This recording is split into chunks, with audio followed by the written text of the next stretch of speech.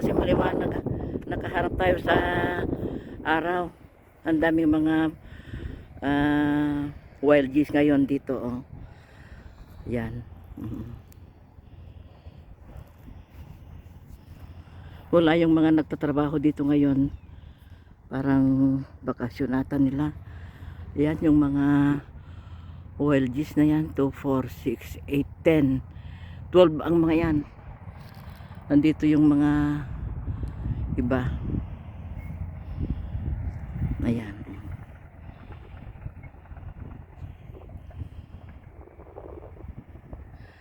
Yung mga dahon, yung mga karamihan na ngayon, yung mga dahon ng puno dito nalagas na.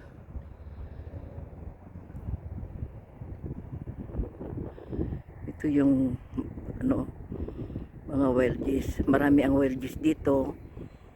At kahit malapit ka sa kanila, hindi sila natatakot kasi walang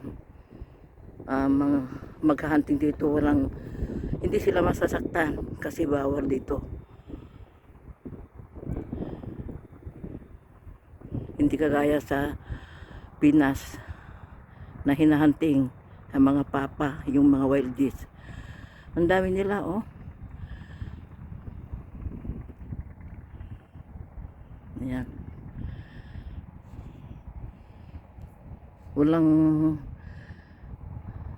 Walang nagtatrabaho ngayon dito sa gagawing bahay dito.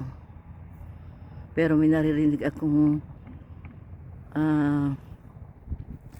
nagre-greeder doon sa banda roon. Oh, ayan. Andun pala yung isang greeder, oh. Doon.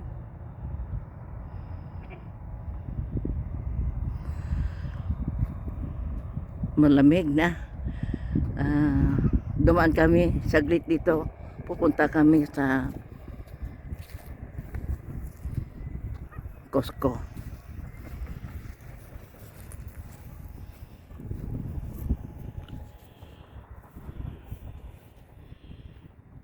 Yan ang mga wild geese. Andun yung mga iba.